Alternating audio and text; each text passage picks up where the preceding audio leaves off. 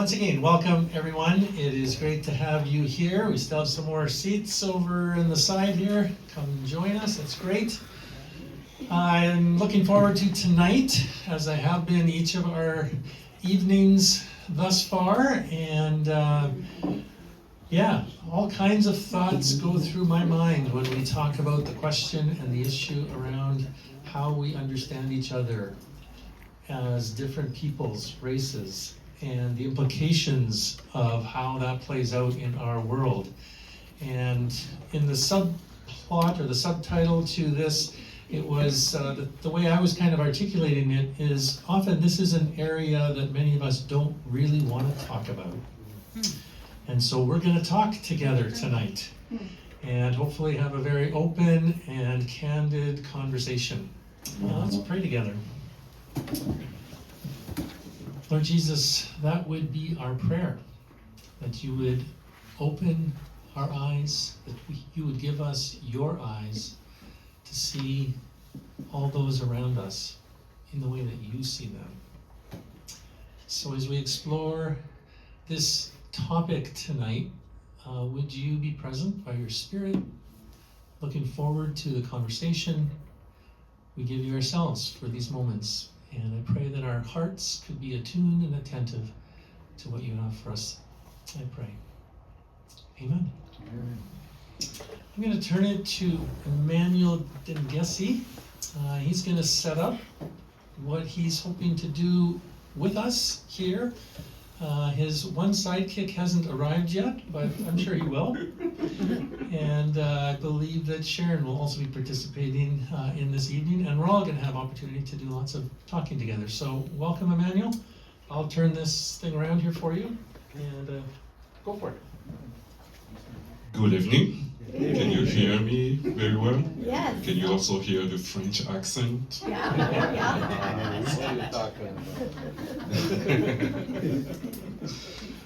As Ed said, my name is Emmanuel Denguessi. I've been attending this church since 2009.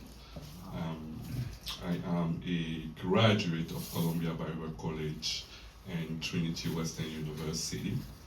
And I am married with Cheny Denguessi, which cannot be here today because we have a 12 and an 8-year-old and somebody needs to be at home with them.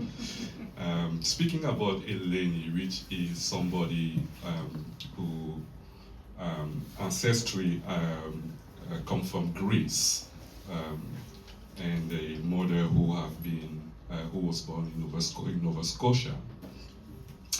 I think I'm going to start by, before giving kind of the menu of tonight, share a story about Cheny and I becoming married, which involved certain people here in the room. So in 2010, so I fell in love with that girl, Cheny, and in my mind I need to marry her, but I need to do the proposal. And I was in the first year of study at Columbia Bible College, and I was doing the caregiving and counseling program. So I don't know, perhaps all the men can relate to me. The process of thinking about doing a proposal, it is hard. Like, at least for me, it was hard. Where is the place? How I'm going to do it? If she like it, and so on. So fortunately, during that period, there was I was in an intro to counseling class, and there was a very fine young adult lady who were my counseling partner, and she was tremendous in allowing me to figure out how to do X, Y, Z by asking me questions. And the outcome of that is I went to Paris, I proposed, and even the picture make a presentation during my affective relationship class at Columbia Bible College while I was in Paris. 20 years or more, or 15 years or more, I'm sitting with somebody called Ed Williams. speak about Columbia Bible College and so on and so forth. Do you know so and so? I said, yeah, she was my teacher counselor. She is the reason why I have made a great choice to this day. And he said, it's my daughter. So I just want to say, Karen and Ed, you have done well. So you are a part of why I have a solid marriage. Who knows? So That's great. I know also something I learned from school is that some community setups sometimes are set for introverts. So in the spirit of inclusion, I want to invite those of us who may not feel comfortable to ask a question publicly or perhaps with the time to have an opportunity to ask a question, even if you want to do that anonymous. So if that's you and if you have a phone who has an internet connection, you can scan this code. You can do, or you do menti.com and you'll be asked to enter this code. I will display that, or if you have a picture, a camera, you can just scan the picture and so on. And you can tap your question there. At some moment, I'm going to go back to that and answer. It will be anonymous. I'm not going to know who is asking the question. So I just wanted to mention that.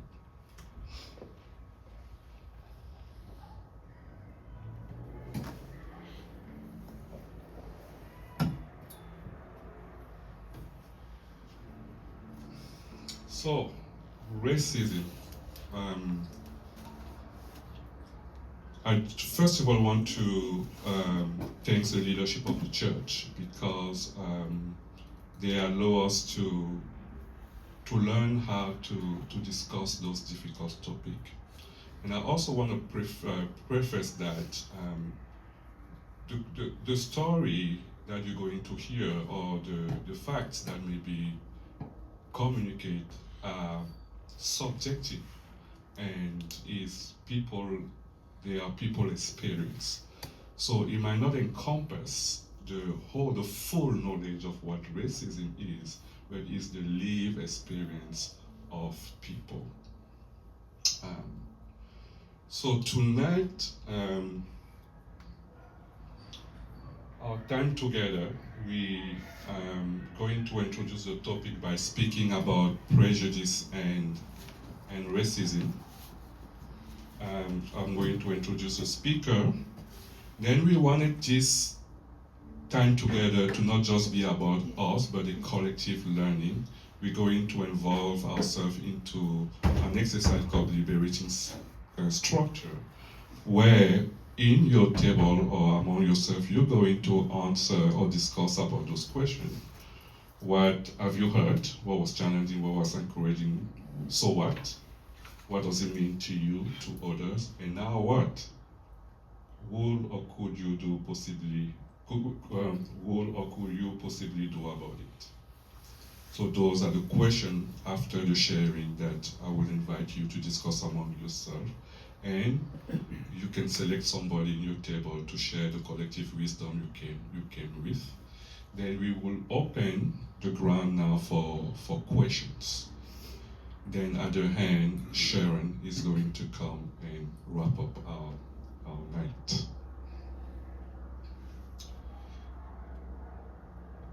So I think for us it was important to make the distinction between racial prejudice and race versus racism. So from a blog called culturally.com, they define racial prejudice as feeling of belief about someone based on stereotype, assumption, or ignorance. It can be conscious or unconscious and often comes with no supporting factual or rational evidence. Grew up in Cameroon. When I was 9, a movie came out White Do Not Know How to Jump. Was the title of the movie. Right. So, white can jump. So, I grew up with that stereotype. Okay? So, find myself, I can jump than any people from a Caucasian background. That's what we register. So that would be a racial prejudice. Racism is when member of a particular group experience negative reaction and impact, both on a structural and systemic level. Racism is often embedded in law, policy, and everyday practice that cause disadvantage. So racism, we become racist when we act on our prejudice, when we use that power, when we use our power, that's where we cross the line. So imagine that because of that stereotype, I am a basketball coach and no Caucasian in my team because they don't know how to jump. So that's where I enter racism. So it is important because a lot of us are into the prejudice, as I share here. Crossing that line sometimes is blurry because it might be overt or covered or even by omission because we don't know. So with that in mind, we're going to enter our story sharing time. John Cheny, there is a mistake here. It should be, the E shouldn't be here. There should be Y. So only Y. Cheny? Yeah, Cheny. And Emmanuel would be sharing our experience of racial stereotype and racism. So, without further ado, John, I will call you to enlighten us. How long do I have? However you want. Okay, so my name is John Cheny, and I was actually asking the question, how long do I have? Because when the three of us spoke, I said I don't have much to say, but I know myself that I have a tendency of going a little bit extra, so keep me in line, please. I'll actually start with my name. So my name is John Cheny, and most of you or some of you call me John, some call me Cheny. I sometimes introduce myself as Cheny, and sometimes I introduce myself as John. It's confusing for you, it is confusing for me as well. My dad called me John, and when I was baptized I was called John. And then at some point, this transitioning to being called Cheny came about, and I'm have a guess. It was around high school. When I was in high school, I introduced myself as John Cheny, and Cheny as a name, it's actually supposed to be spelled with an I, not Y. That's another story altogether. But one of the students in my high school made the connection that because it's a unique name, it wasn't a common name, it was the era of Dick Cheney. And then he started calling me Cheny, and the Cheny kind of, anyway, my older brother has the same thing. His name is William, and goes by Cheny as well. So there you are. So don't feel bad or anything. Any of them goes, okay? So I am a little bit oblivious when it comes to racism, I would say. And either maybe subconsciously I'm in denial, I'll say, because there are a lot of things that I miss. And like me, married to a Caucasian wife, they have pointed these things out to me that, what do you mean you didn't realize that was going on? Okay. So some of the experiences, just to touch on a few, I toured in a ministry in the US first of all in East Africa and then in the US. And I remember in the US, when I was in, I think it was Virginia, I stayed with a host family, and there was 3 of us in the team, 2 ladies and myself. The 2 ladies, they were all Caucasian, left with the host, and the family we were staying with was Caucasian. They left with the mom of the house going shopping, and I was left with the dad, host. And so in the living room, we were new. This is like our first time meeting this family. He went to the refrigerator in the kitchen and said, "Do you see what I have here?" And he pulled out, I would say about that size of a pistol gun. Whoa. Okay, I'm saying about that size because it's a size that could fit in someone's purse. Okay. And then he says to me, "I have one like this in the bedroom for my wife to use just in case," right? And then he showed me his collection of guns that he had. Now keep in mind, it's in the US, right? So a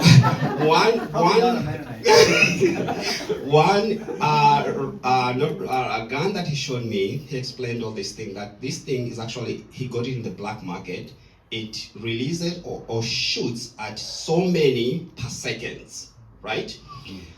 And he was very proud of it, and I was fresh from Kenya also. I was wowed by this, gun. He showed me this gun. He put it back. He showed me. I didn't think of anything. I was just going through an experience and experienced that as just that. I was telling my wife, well, I don't know, we were married at the time. Maybe it was my fiancée. I was telling her about that, and she says, "What? Do you realize that he was kind of giving you a warning?" I did not think of it that way. I was just wowed by, what do you mean? Just the fridge here? You have one in the bedroom? Anyway. So a lot of the things that and like I said, it's just not being able to see it the same way maybe. I was wearing a blue jacket. I was in Florida. And I was in this particular area. I was told, "You can't wear that." And then they told me that's the color of, and being of your color, that's dangerous for you, right? So I didn't wear that jacket. I don't know what happened to it. So when we are together as a family, so I have 4 kids, and when we are together as a family, we don't get the same questions that my wife Elaine gets. For one reason or that, or when I'm with the kids, I don't get the same questions or maybe even the same look, right? So Elaine has a whole story that she can tell you of her experiences just because of, that's this experience here. If I go back to Kenya, actually over there I get a different story as well. Because when we're together with Elaine, I'm being considered either beach boy or some other words that they're gonna call me. Because again, in that context, why would you be with someone of a different color, so to speak, right?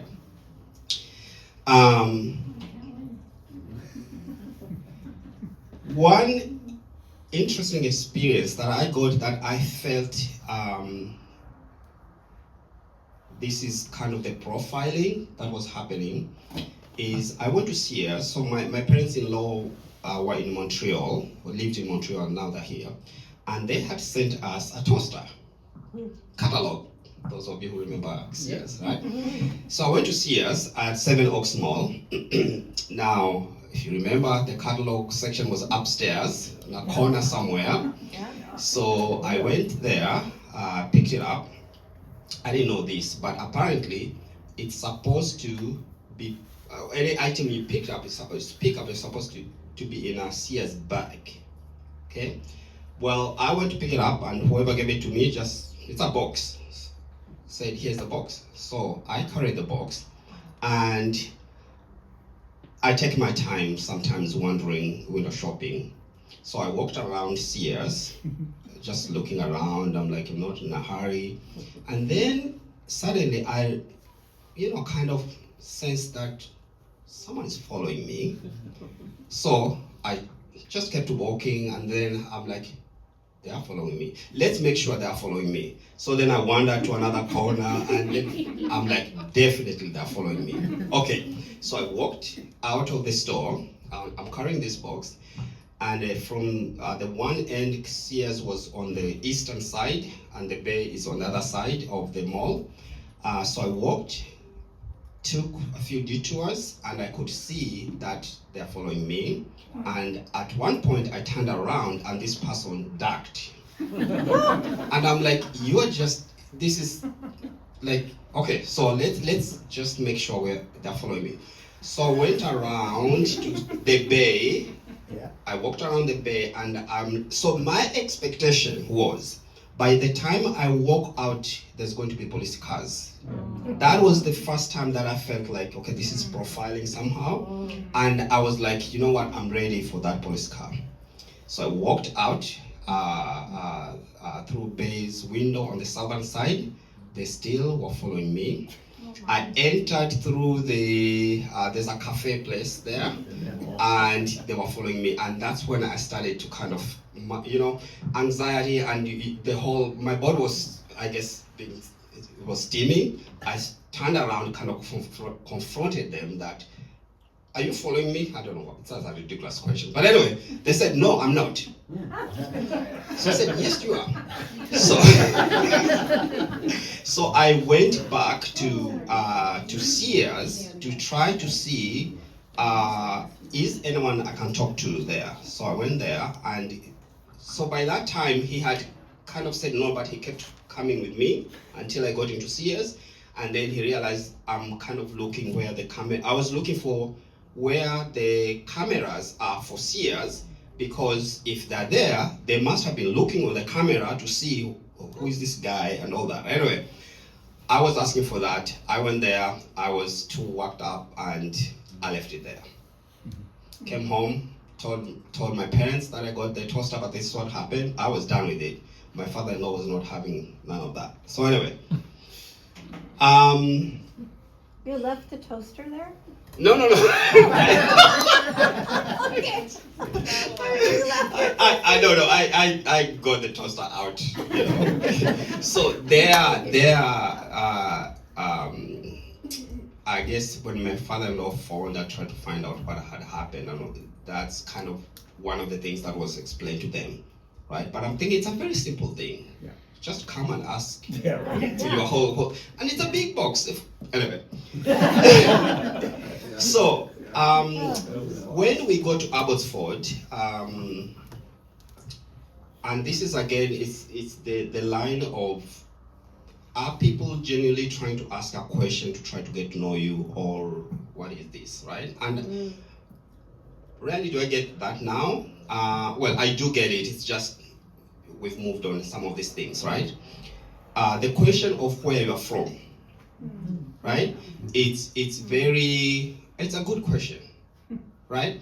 But when you hear it several times, sometimes you just tend to wonder, like, what exactly is it? What is it about, right? I had a little kid that asked me one time, say, why are you so black? And I said, well, I was born at night. And when the sun came out, I forgot that the sun had come out. This is the color. So I make light of some of these things because I'm 100% sure that that kid is not doing anything other than just making conversation, or just trying to ask, right? I have no problem for someone to come and touch my skin, if it's a kid. Because genuinely, I know from Africa, that's kind of what some of the kids there would do. They would follow, if you went there, they would follow you around, trying to figure out, are you for real? Kind of thing, right? So, there has been racism comments that have been made when we got here early on. I was walking at a park and someone called the N-word. Someone did tell us, because I was with Alain again, we were just walking at fish trap, I think, and they said, "You're going to hell." Someone has spit. Someone, again, these things, like I said, I miss them for some of these things, right? But my wife is able to kind of see them, right? So I think that's all I have to say. Thank you. Thank you. Thank you very much.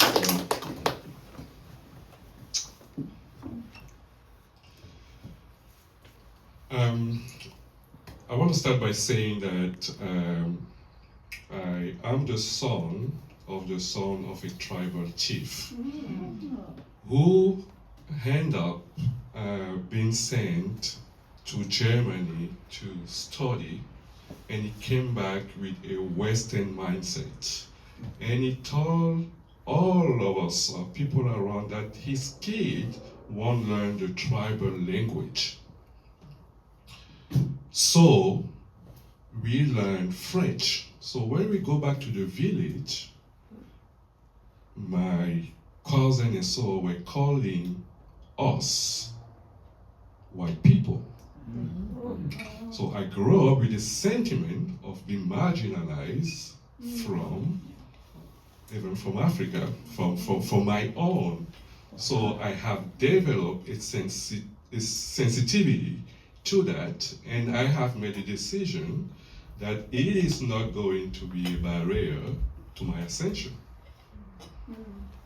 So I say that because, as John said, there are things that I have perhaps denied or refused to see because I didn't want that to stop me. And when I was approached to give to an opportunity to speak about racism, it was hard because I have made a pledge to my life that I am going to create my path, and I'm not going to turn left or right to see if somebody will be racist to me.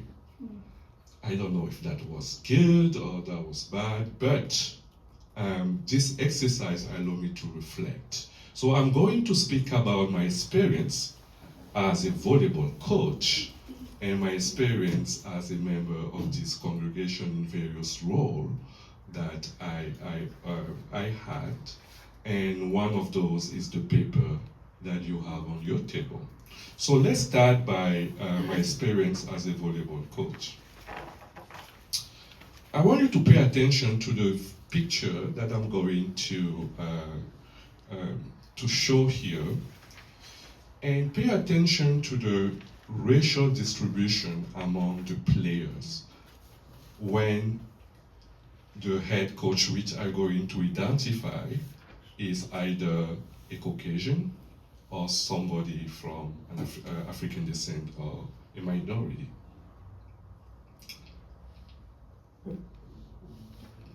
The head coach on the right side of the screen,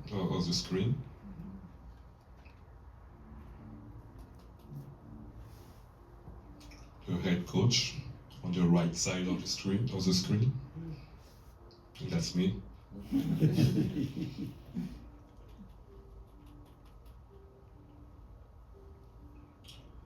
The head coach in the center.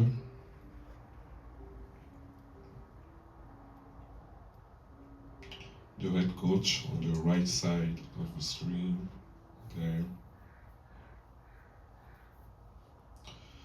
The head coach on the left side of the screen.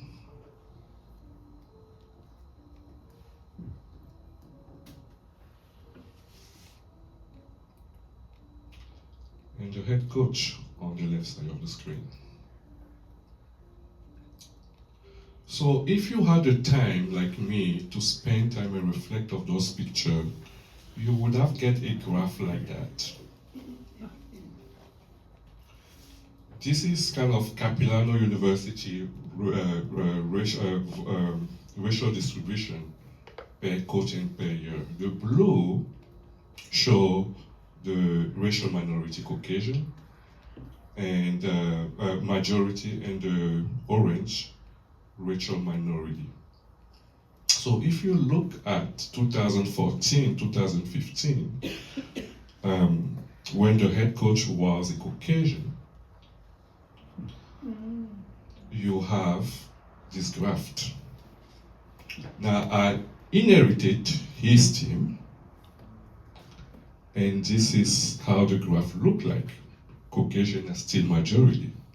The year after, there is a change. The year after that year, there is an equilibrium. When I leave, the first year it inherited some of my player. You see the graph, and the year later after that, this is the distribution. The question is why? Why cause that? Now, I just wanted to say that Capilano University is one of the most open university. It's not an indictment about Capilano as an institution. They are one of the most inclusive and accepting liberal art institution in BC that I have known. But it is a question about the volleyball community itself. It is rare to see people like me into that community, especially in the head coach position. And if you need to win, you need to recruit. And recruiting means that you need to go and speak to parents about convincing their child to come and play for you.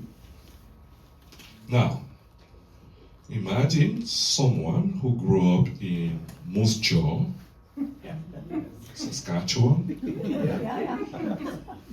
and have put the kids since grade, I don't know, to college, and they only have had Caucasian coach and so on. And all of a sudden, Emmanuel Denguessi comes and say, I want you to send your kid, to me for 4 years. That person has not had an exposure to any racial group, or perhaps like me, all black smoke marijuana, or all black are not educated. If you see a black kid with a book, he act white, as say Barack Obama. So those stereotypes as highly involved who make recruitment difficult. Normally, the graph should be like that. That's extreme. As a volleyball, because the volleyball community is, I would say, I don't have the number, but I would guess it's 80% Caucasian. So normally, regardless of the pool of recruitment, we'll make sure that the racial disparity should look that way. But here, I'm not able to arrive there. They win the national championship here. So I'm not able to get the pool of highly caliber player that would allow me to win a national championship. Now, I'm going to go back. It's not because I'm not a good coach. I was coach of the year in the Pacific Western Conference. I was the best setter in Africa. Volleyball is something that I know. I can claim that I know the sport. I've seen you play. And kudos to Jeff, he was taking his date night with his wife to come and see me coaching and playing. So, why? Because, and that's what I want you and myself, I learned how to see. I learned that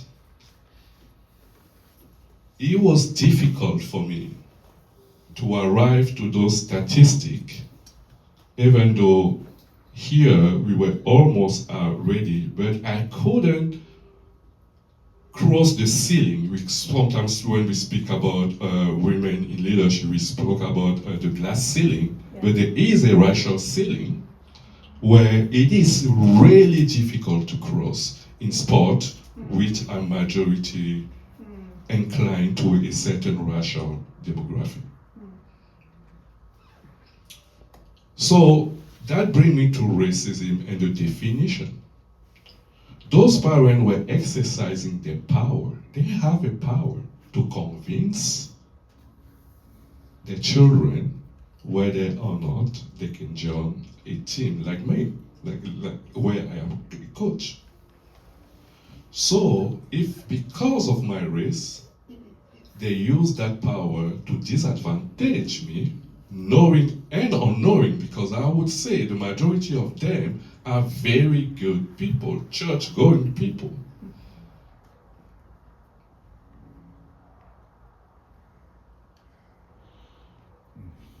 They use the power that they have, which is the power that, as a parent, I have on my son, on my children, to influence people they sound otherwise. And that's where we cross racism. And that's where even myself I couldn't see.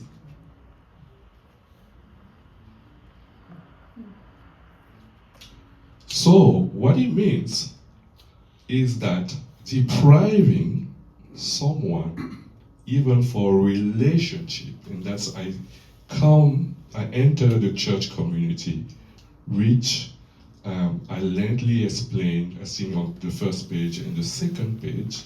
I had the opportunity here to serve as a group who work on the land acknowledgement. And we did a tremendous job in order to include everyone into the conversation. But that came also with its issues, to the point that at some point I decided to sit and write about my experience being member of this church. And you can have the time after to read, but if you at some point I speak about race, my experience as a racial minority in this congregation who love me and love my kids. But I can see somebody having a great conversation with my wife, slamming and laughing. When I come, the person cannot sustain an eye contact. You know what they deprive me? They deprive me from relationship. They use their power of connectivity to deprive me of relationship. And that is racism. If we go per the definition. And it might be that the person has a reason. They may not be comfortable with somebody from another race. And what do? They use the power of engagement that they have to choose otherwise. And if we are faithful to that definition, it is an act of racism. And I have experienced that countless in the church. Words such as, why are you involved in an issue that is outside of your ethnicity? Yeah. And by curiosity, the person came and genuinely asked the question. They wanted to know. They wanted to understand why there is such an excitement or a devotion into the issues. And they were genuine. But from our perspective, it brought out a lot of questions. Am I fully accepted? Am I viewed as the outsider? And so on and so forth. And I just wanted to encourage ourselves as every single place and spaces we are as member or as a majority, look for the list of those. Extend that halo. Sustain a 1 minute conversation. Inquire about the well-being.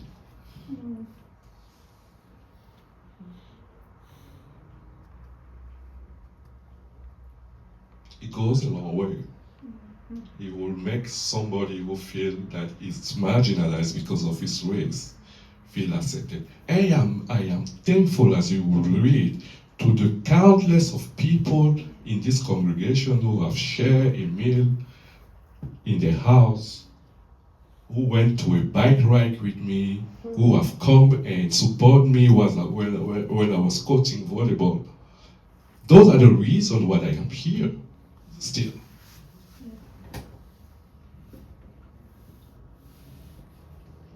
So I will leave that there. I think we have a lot of content to now send you to discuss. So what I want you to do, I don't know if there's many pencil in each of this table. No, I would like So I want us to reflect a little bit. And even if you have one that you can designate in your table and speak about yourself. What did you hear? What was challenging? And you don't have to go through all the questions, you can choose. What did you hear? What was challenging? What was encouraging to you? Then when you answer, I come back deeper. So what does it mean to you or to other people? Then another layer deeper would be, now that you are that understanding, what could you possibly do about it? So if we can take 10 minutes, then we doing that exercise and afford another 5 minutes for the sharing and open to the question and having Sharon come and close by at around 8:20. That would be wonderful. Is that something we can do? Yes. Yes. Thank you. Okay.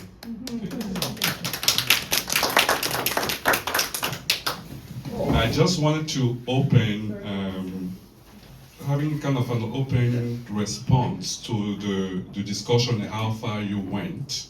So without any order, if a table wants, let's take the next 5 to 6 minutes to be able to just respond to the conversation in whatever you have noted of if there is an insight that came out from your conversation. So if there is a table that want to start, please do so. I will bring the mic to you. Yes. We answered 3 questions. Ooh, that's all of them. Challenging is being attentive to racism, like pay attention, it's there. Challenging also, or a sad thing about racism, is that we miss out on relationships when we don't both invest. Encouraging, honestly, kind of thought it was a bit of a relief that you don't always notice when people are racist, because maybe you get hurt less than you would otherwise, but it's still very sad. And becoming comfortable with people who are different than us, being curious. Okay, what can we possibly do about it? Call racism out. Like when you hear it in conversations, you're part of a group, then just like, that's not funny, that's not true. Be curious, be open-minded, and note cultural differences. And start to believe that, or continue to believe that different is not bad, it's interesting. Thank you. right.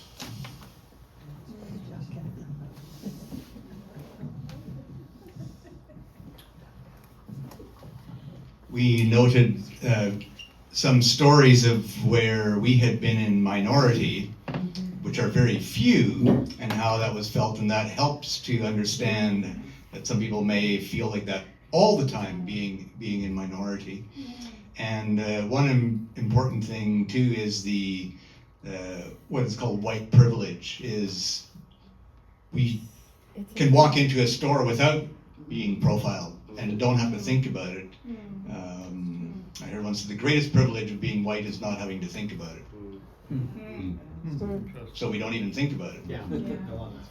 One other insight that I had today is I think this might be the first time, and you've been here a long time, both of you, that we have heard you talk about being black in a white world. Even though we have attempted to include you and accept you and elected you as chair of our congregation and you're a worship leader, we haven't heard you talk about this. And so that's been very good for me to hear that. Thank you. And you was my professor. I'm doing well. Columbia Bible College. Thank you, Gary.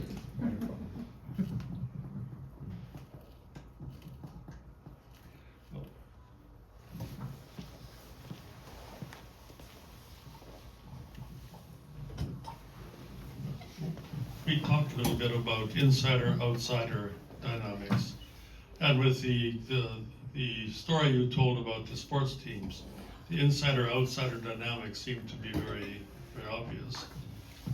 But I think, from my experience in living in non-Western cultures, that I would always felt as if I was an outsider. I never felt as if I was an insider, no matter how well I spoke the language, how well I adapted culturally, but I was still the outsider, and I had to accept that for myself. But it sure felt good when I was home and I didn't have to think about being an outsider. But it's a dynamic. But I think some congregations and so on, I don't know if they've overcome that, but it'll be interesting to know how people, if there is still that inkling of outsider, and I think that's where that is probably a goal for us to be able to not to be outsider, and not that the people that we relate to or feel like outsiders. And another one, just briefly, we talked about unconscious and conscious prejudice and racism. The one that is subtle, the unconscious one that generates a quick reaction when we don't expect. Good stuff. Wow.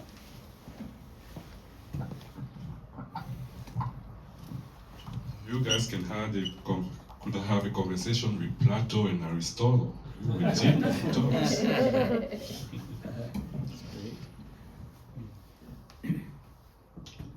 All right.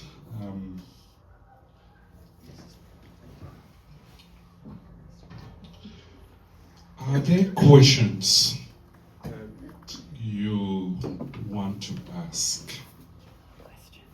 Are there questions you would like us to, you have something in your mind?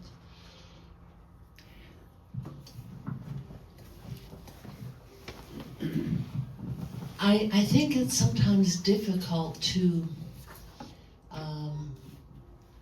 when someone calls out racism, I'm going to use a political situation, and right now, like with Israel, when people are not for what the government of Israel is doing, and they call them out, and yet it's called racism.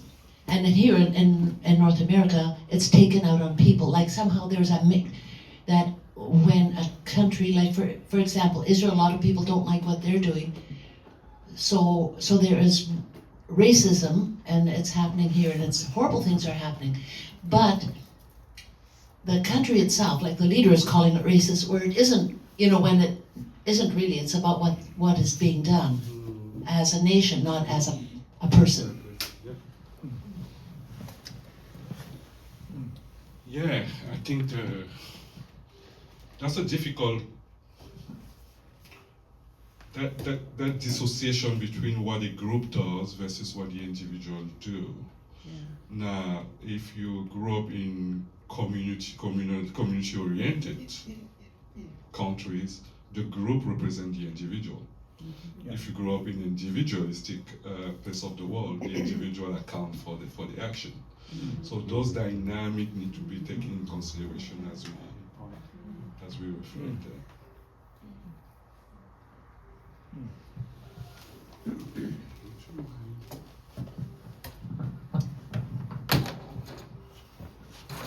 I just had a question, kind of the background. The comment was made at our table just near the end there that often it takes generations to kind of morph from a racial orientation to a healthy inclusion. I often have noticed the difference between Abbotsford and downtown Vancouver, and we've often sat there in English Bay in the evening. You just see the mixture of couples and boyfriends and girlfriends, and it's just there's a much greater inclusion in that community. But generally speaking, yeah, okay. So I'm getting my question. Sorry. How do we be gracious with one another on the journey? Because if we're calling each other out and beating each other up, then we're sometimes hurting each other and offending each other, and that's not necessarily healthy either.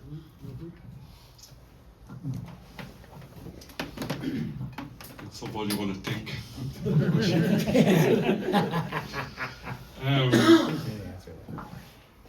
That's a good one. Because I'm not believing that shaming people is a solution. And I think that's sometimes a mistake that we're making.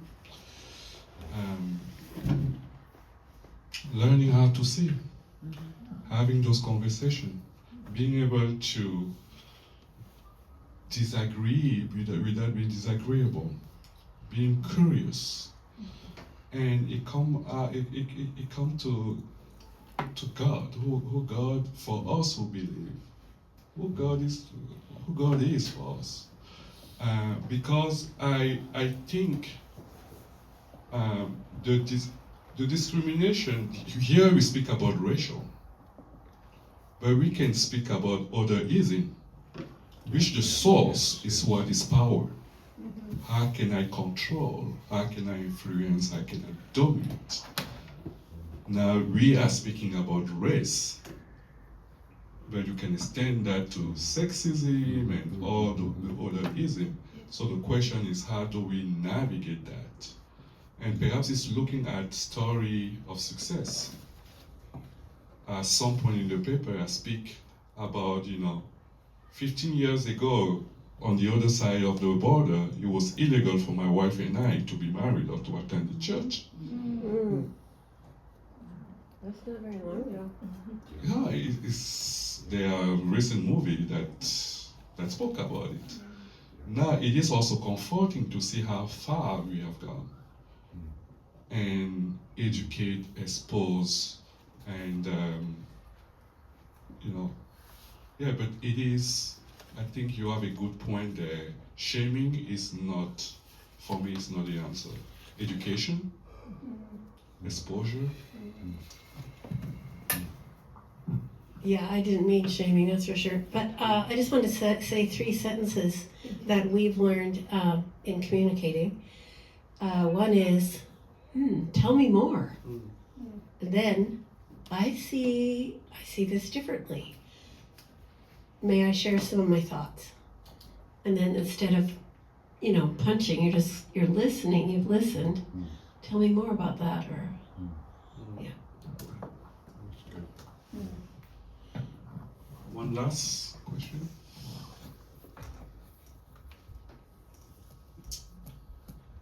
I think I would like to talk about young generation anyway. Okay. For example, my daughter Carmela, she's very smart. Wherever she went, she can adjust it himself. Even work. When she was in MEI, we always have meeting between parents and teacher. Yeah. The only thing I asked the teacher, how is my daughter? Don't worry, Elsiana. She took a piece of paper, look at this. Your daughter work very good. When she went to Japan, because between MEI and Japan they have collaboration, you know what, school. She's the only one by herself to apply for. And then she went to Abara, Japan. She lives with principal. He welcomed Mila to stay. And then went to school. And then I told Mila, it's better your teacher will come to Abbotsford. Yes, he come to Abbotsford, we to see MEI, and we welcome meal at my house. Then she come back. How appreciated, you know, the Japanese people and the teacher toward my daughter. And then she come back again, grade 12. She applied for, you know, university. She accepted 3 university. UBC, Calgary, the other one, you pick. She choose you pick, not many Asian. It's all white, most of them. She was happy there. Make a friends again. And then after, what is the name? BA, she went again with 300 Canadian to Japan as exchange, you know, teacher. And I visit again and I introduced myself to the teacher and I asked, how is Mila? She was very good. We love her. So whatever, I don't know. Mila is easy person, humble, easy to talk. Even at the job too. She got a good job. I remember when she worked, you know, with organization. The director, I think, organization director said, she came to me, I love your daughter. You know. Can I add one thing? Yeah. Just add one little thing though. As adaptable as she was, she always felt that in MEI that she was outside the bubble. And she was there for what, 4 or 5 years. And she never felt as if she had been integrated. And it was very, very painful for her. Thank you. Thank you very much for those comments. Now we reserve the last for the best. So I will call Sharon to come and wrap this topic. Thank you, Sharon. That's a heavy order. Thank you so much, Cheny and Emmanuel, for what you've shared with us tonight. I appreciate that. This is it's a topic that we need to talk more about, as Gareth has pointed out. I think it's a topic that deserves much thought, prayer, curious questions, relationship. How do we get to know each other better? How do we get to understand each other better? How do we interact in a way that is meaningful and inclusive and not just physically part of, but how do people belong and be part of this group? Emmanuel, what does that look like? It's one thing to be there physically, and as we've heard from Alan, 4 years, but still not feeling like you belong. So what's the difference there? What does that feel like? What does that look like? How do we, as children of God, love our brothers and sisters from every culture and every nationality and of every kind? And so when we think about that, I appreciate, the comments that, well, it's good that maybe Cheny and Emmanuel didn't recognize that as racism, but as the wife of a black man, I pick up on it, and that hurts me. Yep. So, it's not okay to just be oblivious. It behooves us to ask the questions, to reach out as the majority, to include and invite and be a friend and a brother and a sister. So how do we look for those commonalities, but how do we appreciate the differences as well? Because they're there. Yeah. And there's beauty in difference. And there's grace in seeking to understand and being there for each other. So thank you for sharing. This is an area where we can learn and learn and learn and grow. And so it's an opportunity for all of us, really.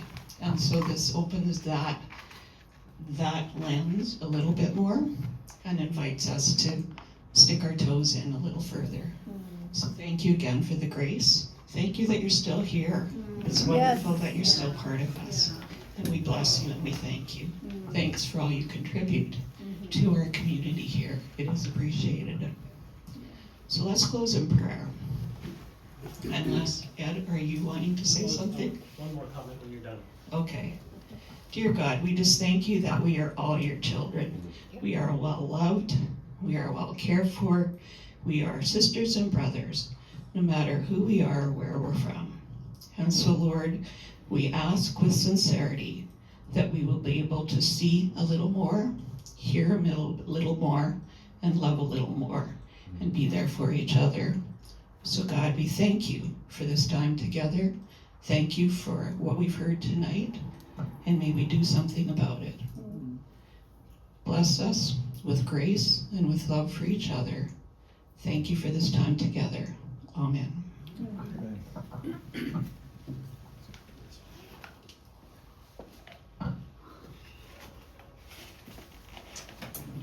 Thanks, Sharon.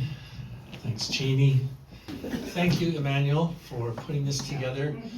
My one comment from the position of privilege that I do stand in is you've been far too gracious.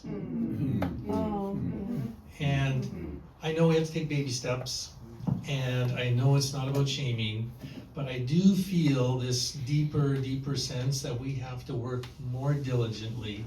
And it behooves those who, and Elsiana was making a valid comment, like if you're in Indonesia and you are the dominant culture, it's a completely different world for people who are in Indonesia, or pick a country.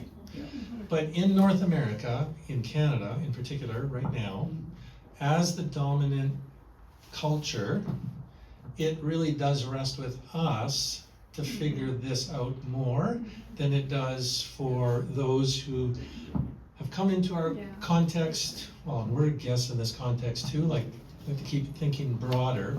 So just to that end, I wanted to highlight just a couple things that I've been reading lately, just for you to also, some of you may be reading some of the same kind of stuff, but I think there's some really helpful stuff out there these days. There's podcasts, and with people that will push you harder than our dear friends tonight, but it's been very, very good. I don't know if any of you have heard of Christian Dumais, historian, this book called Jesus and John Wayne. It will mess with your thinking on not just race issues, but on many different issues of how we understand our Christian faith today. And she's got a brand new book coming out in September. She's also part of a group called the Convocation Unscripted, who is a podcast I would also highly recommend. It's American, but they're really wrestling with sort of some of the new Christian nationalism that's arising, white nationalism, I should say, specifically in the States. One of the guys that's part of that, his name is Robbie Jones, out of Washington, D.C., a white guy, grew up in Mississippi, went to Southern Baptist Seminary, and has had a complete shift in his thinking. And he's written a pretty provocative book called White Too Long. It's very engaging, and I would highly recommend it. He also has a new book that has just come out. You're so cool. If you want to go even deeper, Anthea Butler, also a historian. She is a black woman, and she does not pull punches. I mean, she lets you have it solid. This is white evangelical racism, the politics of morality in America. Again, these are from American perspective, but from a Canadian, it's so much the same. She's a little more gentle. Dear white Peacemakers. Yep. So there's some other ones, and then there's another gentleman. This is a black historian, Jamar Tisby. I love that guy. He is quite interesting as well. The Color of Compromise. Fascinating. Well, And he's he's- got multiple books out. And he's on that same He's on the podcast. Convocation podcast as well. And then this was just mentioned, this is not a Christian guy, I don't think. Desmond Cole, it's out of Toronto. It's called The Skin We're In. And this is a guy that wrote a book when we were living in Ontario. The whole thing of carding was a really big deal. I mean, it still is a big deal, but it was really became a public thing.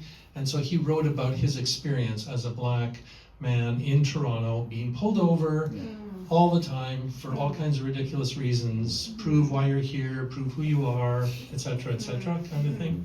Stuff that, you know, I just haven't experienced in my life. Okay, I think that's all that I wanted to highlight. Do you want one other book? Well, there's one other book. White here. Fragility? Yeah. Why is it so hard for white people to talk about racism? Right. So that's Robin DeAngelo. Yeah, there are a lot of good resources. And so as we're wrestling with trying to be more inclusive, trying to be more understanding, trying to have good glasses on to see better, there are lots of good resources, and we need to keep working at it. So thanks again, really appreciate it. Let's maybe just give him a big thanks.